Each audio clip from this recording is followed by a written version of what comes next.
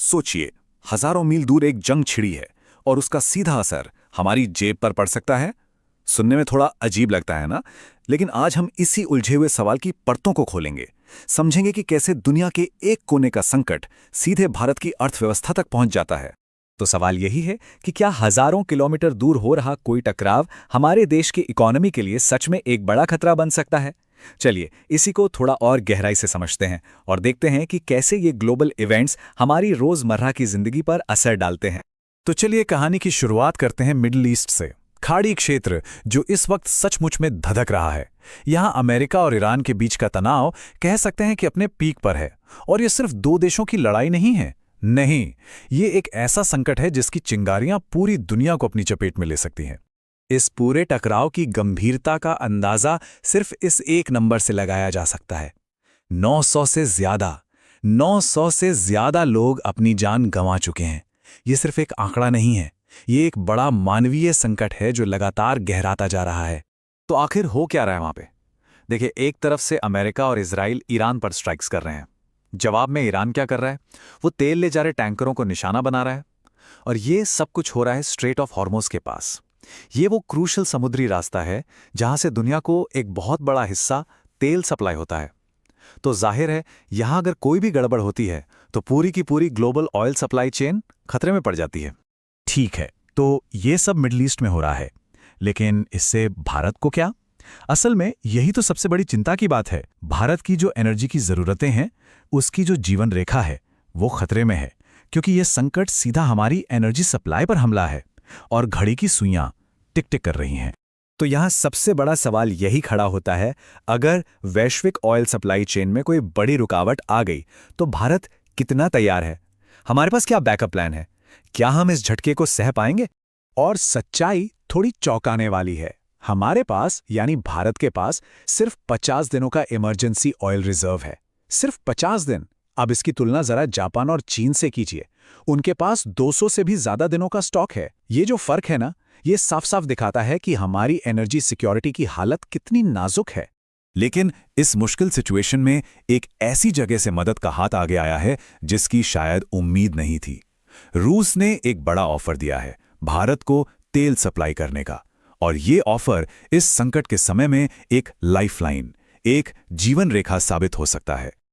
और ये कोई हवाई बात नहीं है। ये भारत में जो रूस के राजदूत हैं उनका ऑफिशियल स्टेटमेंट है।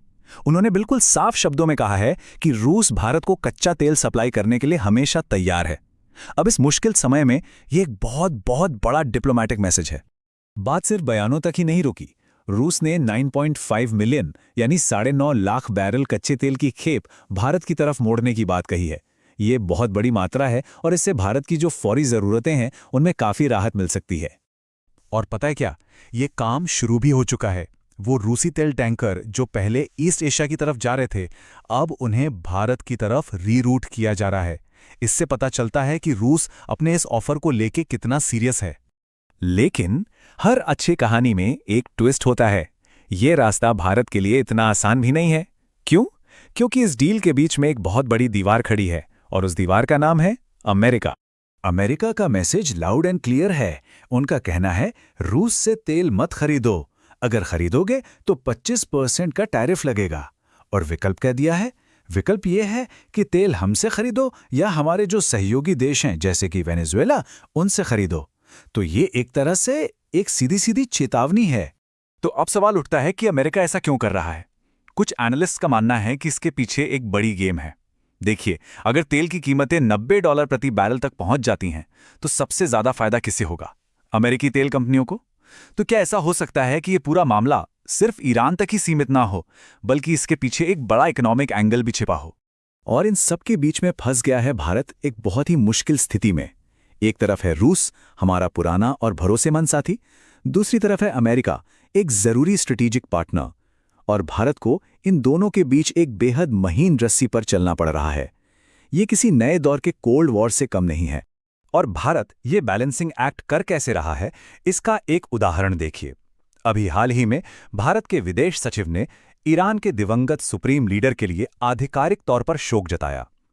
ये ईरान को एक साफ सिग्नल था कि हम अपने रिश्ते बनाए रखना चाहते हैं। और फिर ठीक उसी वक्त इंटरनेशनल मीडिया में खबरें आती हैं कि भारत का झुकाव इजराइल की तरफ बढ़ रहा है, जिसे वो प्रो इजराइल स्टांस कह रहे हैं। तो देखिए, एक तरफ ईरान के लिए शोक, दूसरी तरफ इजराइल से नज़दीकी। ये दोनों कदम एक साथ उठाना ही भारत की मुश्किल डिप्लोमेटिक रस्साकशी का सबसे बड़ा सबूत है। तो आखिर इन सब के पीछे भारत चाहता क्या है?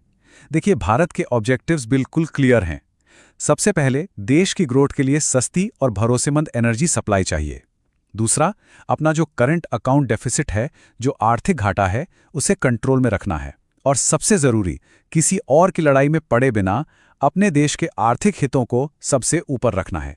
बस यही भारत की फॉरेन पॉलिसी का निचोड़ है।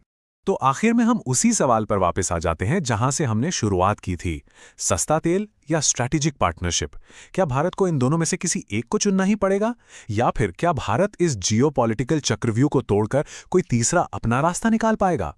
आने वाला वक्त शायद इन्हीं सवालों का